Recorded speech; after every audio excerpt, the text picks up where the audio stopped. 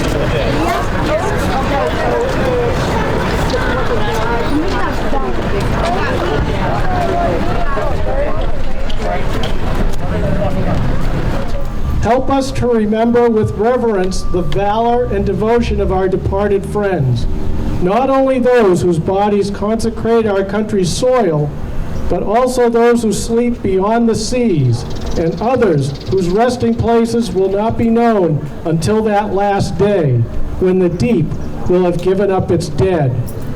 O God, teach us to honor them by ever cherishing the ideals for which they fought.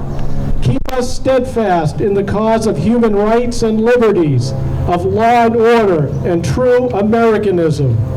Give us the power to see and the will to do right. Grant that the American Legion may preserve the high ideals for which so many have died. May thy merciful blessing rest upon those they left behind. Keep us forever firm in righteousness, humble of heart, and unselfish in purpose. Amen. Amen. A moment of silence, please, for our dead.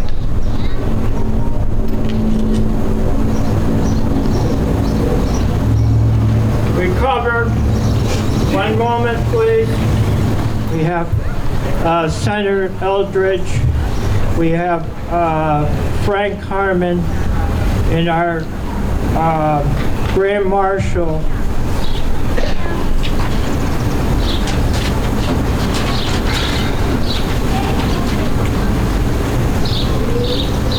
Regina C. Todd, U.S. Army Lieutenant Colonel, retired. Will the band please play their ditty?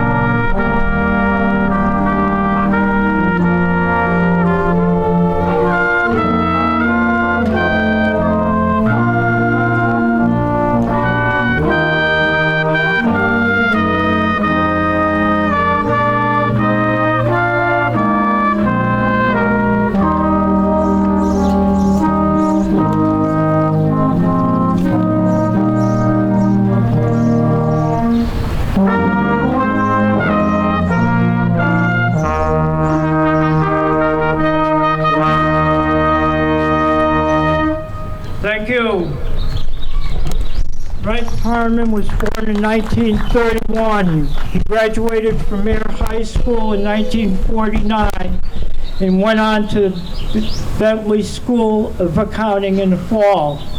But with the problems in Korea, he joined the U.S. Navy in 1951. He went to boot camp at Great Lakes Naval Training Center, then attended school to be a yeoman at Norfolk, Virginia.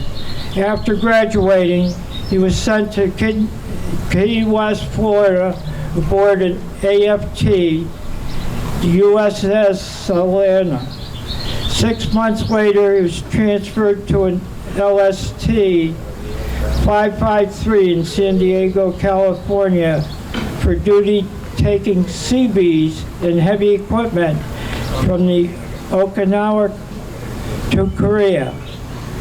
Our third trip encountered a typhoon, creating damage to the ship, and returned to the East Coast for repairs.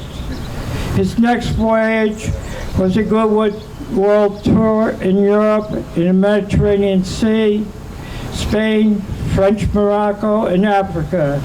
He extended for 1 year, and he was honorably discharged in 1955. Frank was married in 1974. He has raised 7 children, 17 grandchildren, 19 great-grandchildren, and 3 great-great-grandchildren. Served in the Air Police Department for 7 years, following work at H&V for 33 years. He served as chairman on the board of directors for 5 years, and then 19 years as a volunteer at the Veterans Center in Bedford, Mass, where he volunteered 5,500 hours of service. Frank was also commander of the American Legion 11 different years, and was commander of the Middlesex County in 1997 and 98, finally retiring for good when COVID started. I'd like to now introduce Senator Eldridge to say a few words. Thank you so much, Commander. Good morning, everyone, on a solemn Memorial Day commemoration. Today in Ayer, Massachusetts, we gather to honor the countless individuals who have made the ultimate sacrifice in fighting to preserve the American way of life. On this Memorial Day, we remember our history, protect the memories, and celebrate their lives. As a nation and as a Commonwealth, the duty falls on us to preserve the memories of those who have been lost and to protect the great nation that they served. Ayer has a strong dedication to freedom dating back to the Civil War.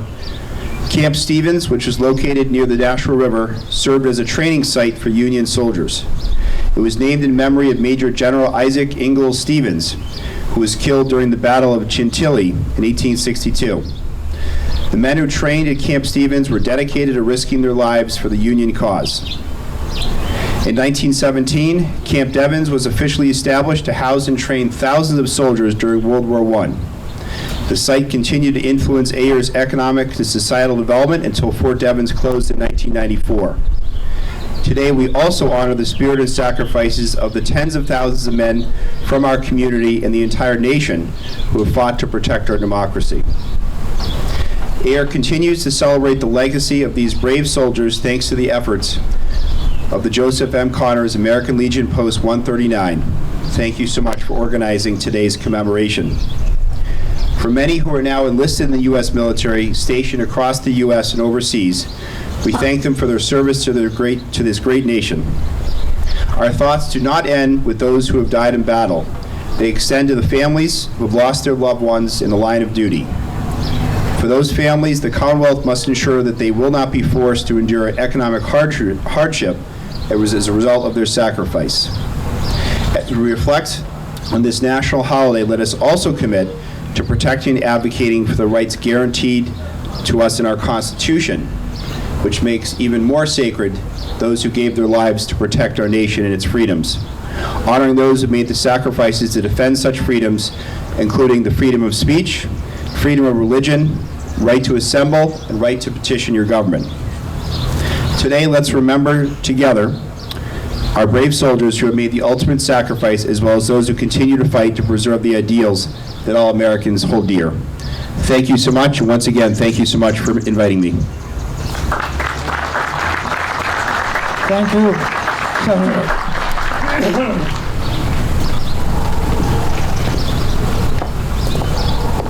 I have the distinct honor in presenting to you today Lieutenant Colonel Regina Todd, U.S. Army retired.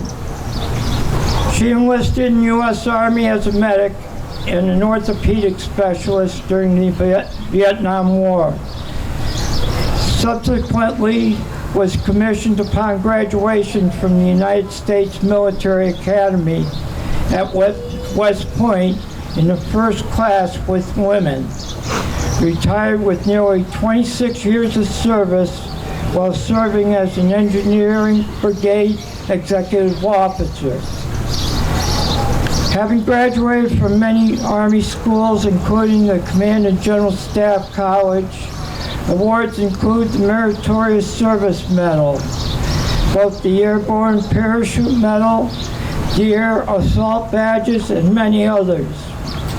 Retired from post-military civilian career, she is working as an engineer manager for a defense contractor on national security intelligence, surveillance, and reconnaissance program. It's my honor to present to this group Lieutenant Colonel Regina Todd.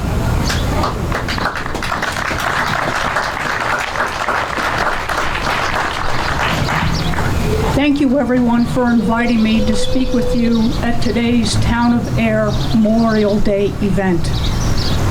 Those of us who are attending Memorial Day events around the country know that Memorial Day is much more than many would say is the unofficial start of summer.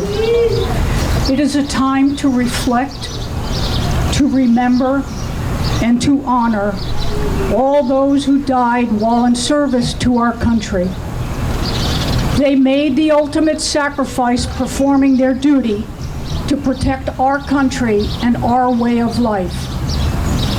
We can never repay them or their families for their sacrifice. The residents and citizens of Ayer have consistently heard and responded to the call to serve our nation.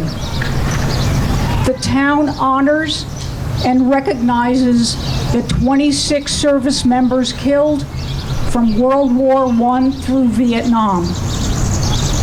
Within this next year, we will recognize the 50th anniversary of the end of the Vietnam era. While we honor all who made the ultimate sacrifice, this year I would like to personalize the loss of the 5 service members who were listed as having their home in the town of Ayer who were killed in Vietnam. 4 of those 5 were in their 20s, with the youngest only 20 and the oldest 43. They were sons, grandsons, brothers, cousins, nephews, husbands, fathers, classmates, and friends. In order of the date they were killed in action, they were Army Sergeant Edward Paul Ferencz. He served in both Korea and in Vietnam. He was in country in Vietnam less than 1 month when he was killed, and he was one of 18 unit members who were killed that same day. Army Sergeant Donald Raymond Duffy Jr. was serving with the MAC-V, the Military Assistance Command Vietnam. He was supporting a South Vietnamese force when he was killed in action. He left behind a wife and 2 children. Army Specialist Ralph O. Watts was one of 16 unit members killed in action in a single operation, which included a Medal of Honor recipient from Arlington, Massachusetts. The average age for those 16 killed in action that day was only 21. Army Warrant Officer Douglas Philibrown Moore was a 20-year-old helicopter pilot who landed on a hot landing zone and was subsequently shot and killed. His call sign was Ghost Riders. Army PFC Henry McEwing was born in Germany and came to the United States when he was 16 years old. He was an armor reconnaissance specialist for the 2nd of 17th 101st Division. He was killed with 5 others that day during a 23-day battle of Fire Support Base Ripcord close to the Cambodian border.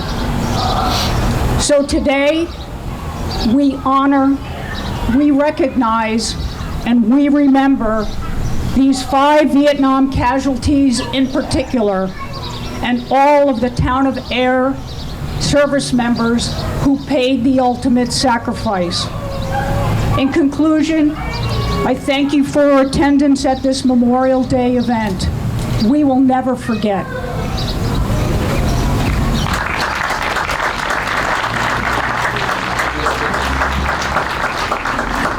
To continue with our respect to our dead, in Memorial Day on 1950, I was 4 years old. My grandmother had made a American Legion uniform so I could march with my father in a Memorial Day parade in 1950. 28 weeks later, my father was killed in Korea. His body was later recovered 2 years later, and that's the reason I joined the Army. Lieutenant Colonel Todd and myself will place the wreath.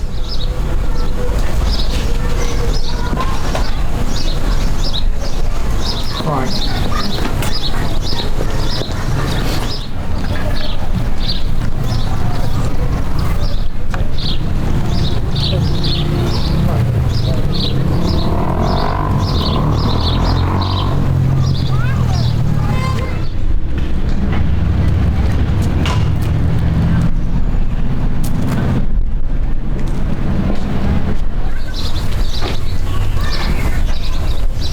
The Ayer High School Band will now play the American National Anthem.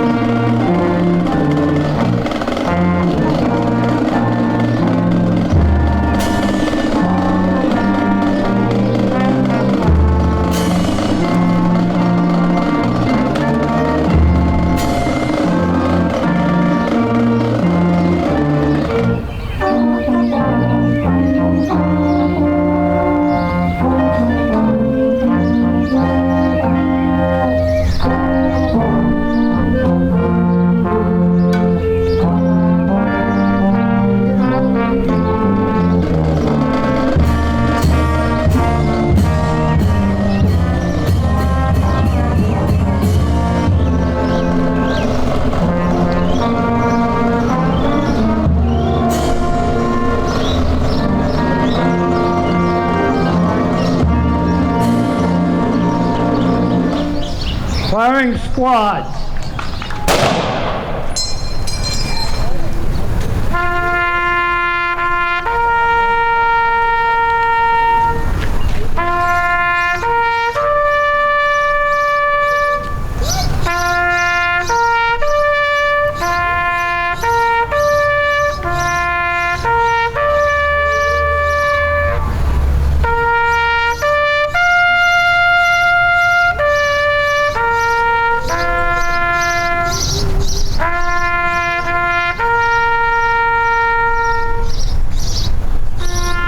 This now concludes the ceremony at the Town Hall. The final ceremony will be at Peroni Park.